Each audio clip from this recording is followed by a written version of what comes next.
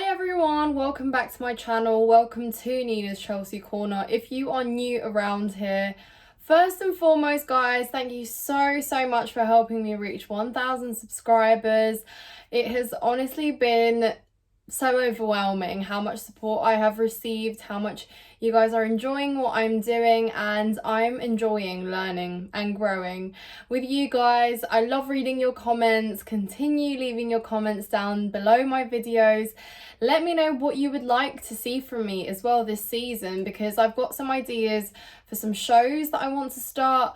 I will be doing live streams as well very soon, and it gives me a chance to interact with you guys and speak to you, reply to your comments, answer any questions, and just to really get involved in this Chelsea space. So thank you so much guys. Continue liking, subscribe if you haven't done so already.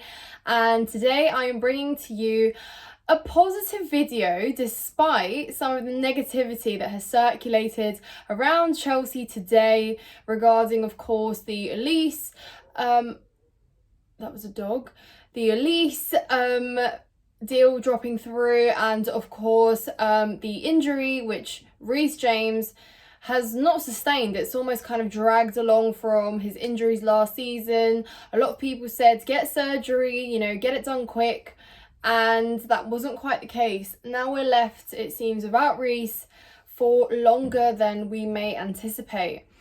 However, I know it's terrible guys, but when injuries happen, there's not much you can do, really. You know, I wish Reece James all the best, a speedy recovery, and honestly, if you're a rival fan and you're taking even the slightest bit of joy from this, then check yourself out, because honestly, any player that ever gets injured, rival or not, at the end of the day, they're literally a human being. And I just can't imagine how you're taking joy from someone's pain. Anyway, I'm here to keep this positive, to tell you guys why Chelsea is still going to be okay. Lewis Hall is set to be for sale as well. A move to Newcastle seems to be set to happen, and I am not fuming about it. I think Lewis Hall is an absolutely brilliant player, and I think he's got potential for days.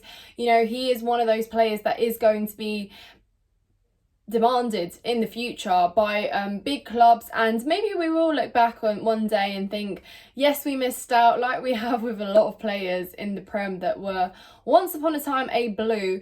However, it is going to be okay. So just to start guys, obviously Reece James is going to be out for a few months, it may seem. It's just such a shame because he's obviously got captaincy now, and he basically falls short with just one game up his sleeve playing against Liverpool, and we miss out on our captain being there. So, of course, I think that's where people are very worried and anxious about giving Reece James the captain armband because of his regular injuries. And we have seen, and it has proven, that it is the case that he continues to be injury prone, and unfortunately that's life. However, we managed to secure Malo Gusto, who has made a few appearances in pre-season, and where he did play, he did impress. We saw him give a hard time to Matoma when we played Brighton. You know, did a fantastic job there on that right side, and we know that he is one of those rising young right backs that is set to be up there with the best, and is seen as a close fit to take that position from Reece James and, you know, strive to live up to what he needs to do in that position. Of course, he's young, he's raw, and he is going to develop yet, but that's what Pochettino is for, guys. So fear not. You know, had this been last season when we had Graham Potter or Frank Lampard, I probably wouldn't be sitting here saying it's going to be okay, because they wouldn't have quite known how to get the best out of Malo Gusto. But because Pochettino is our gaffer now, I have full faith that he will unleash Malo Gusto's top qualities and get him playing, you know, consistently. And guys, there's only one way you learn. It is by playing. It is by playing and playing against the best, getting thrown straight into that competitive league, and, you know, just fending for yourself, really. It's going straight into the deep end and making mistakes but learning. And one good thing I can see, I mean, it's not a good thing that Reece is injured, no, don't get me wrong, but we've got to kind of see the positives here. And one positive is that Malo Gusto gets the opportunity to get better. He knows he's got big boots to fill, and nobody is saying that, you know, he needs to be Reece James. But he is here to give us that depth that we need. And we did buy him because we know Reece James is injury prone. So we were kind of one step ahead there. So fear not, I think we will be okay, and we will just take it game by game. I mean, that's now 2 squad members there in the likes of Reece and Nkunku, who are, you know, vital, integral pieces to the puzzle of us being competitive and, you know, competing for top 4 this season. So that is a big setback there, you know, it certainly is. But Pochettino will, and I have faith, know what to do. And part of being a coach and part of being a manager is dealing with these situations. So to move away from Reece James, guys, we want to talk a little bit about Lewis Hall. So Lewis Hall is one of those players that came in a time when we needed to see something exciting. You know, that first game he played there with guys, can't speak. That first game he played against Man City, and I believe it was the Carabao Cup. Can't remember if it was the Carabao Cup or the FA Cup. One of the two, whichever we played first, can't remember anymore. And he put up that fantastic performance up against Man City, one of our best players. And then he did it again when he played against Man City. And we played Manchester United and Newcastle towards the end of the season because he got chucked straight into the deep end. And he was bloody brilliant, in my opinion. He was that brilliant that people were arguing that Lewis Hall should be up there in our first pick left-back position when Chile's injured. You know, forget Cucurella. It was Lewis Hall that people wanted to see in that starting left-back position. We saw him play as a left wing-back. We saw him play in midfield because actually that is his position initially. But he is just that versatile player that can occupy several different positions across the pitch. And we did try him out in various roles. He was very good at assisting players and, you know, whipping those crosses into the box, almost like Chile offensively on that left side. And of course, when you compare him to Cucurella, although Cucurella has the expensive price tag and has played in the Premier League and has played for Brighton, Lewis Hall outshone him in a lot of the games that he did play. So I'm seeing a lot of people kind of angry that we're even considering putting this bright, talented player up for sale for something around 30 million when he could be worth so much more in the future. And, you know, he'll be making other clubs a profit, making other teams really good. It's like there's always the risk that we are missing out. However, guys, we know we need to trim the squads. Pochettino has made it, you know, clear as day that he wants about 22 squad players. And yes, we want depth, but we don't want that problem we had last season where we're dealing with too much on a plate and it's just overfilling, overspilling, and, you know, you're trying to juggle a million things at once. And it seems as though we are also trying to balance the books because we've, of course, brought in Lavio and Caicedo in the last couple days, and we need to balance the books once again, which means selling players.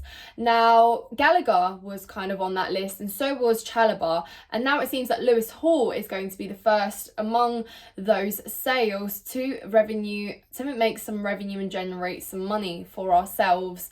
And yes, you can argue that we might regret this, but at the end of the day, guys, you can't blame Lewis Hall. He himself recognises that he's got the opportunity and the ability to play, you know, first team football regularly, starting week in, week out. He won't have that at Chelsea, let's be real. You know, he wants to play in midfield. When you look at the midfield that we have now, collected, Lewis Hall is not going to see the light of day in that midfield on the pitch ever. And he doesn't necessarily want to play left back either, and I don't think he does, because I think Pochettino is going to obviously stick with Chile when he is fully fit, and, you know, God's will that he is going to be. And then in that second place, it's going to be Cucurella, because we're still trying to flesh out that 65 million worth of what we paid for Cucurella. And then you're talking Lewis Hall comes down under that. So if he's going to be here for third, fourth, fifth pick in this Chelsea squad, it's not worth it. How does Lewis Hall get better and develop? You know, we prohibited him from going on loan.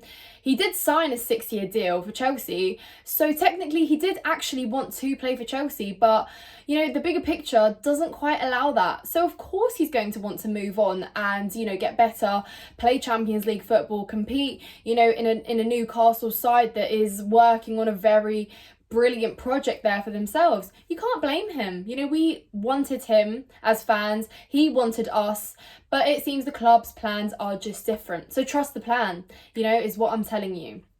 We're going to make some money. Gallagher doesn't seem to be for sale at the moment. You know, we did reject the bids that did come in for him initially. I think Pochettino is a fan of Gallagher and may potentially find a place for him in our squads moving forward. So Gallagher's not going to be for sale, and we are going to have to sell some, you know, young players. So that's on Lewis Hall, guys, of course. And my last point of this video, I'm going to round it out soon, is going to be Hakim Ziyech, who has supposedly, allegedly failed his medical again. Like, Ziyech, that is a talent of its own. How do you fail 2 medicals, bro? Like, what's going on with you? Are you, like, having some post-match drinks consistently? Like, doing some, I don't know, madness up with your diets, or not training and not cooling down after games? Like, what is it you're doing? How are you actually managing to fail medicals? But no, guys, laughter aside, I don't know if something deeper is going on there, but it's a little bit worrying now with Ziyech, because does he stay? Does he go? We can't make money off him. You know, clubs are not really going to come and want him if they're seeing he's failing his medicals, you know, time and time again. They're going to look at him and see a risky player in that sense. So don't know quite what's going on there, but if you guys have an idea or any speculation, then let me know in the comments down below.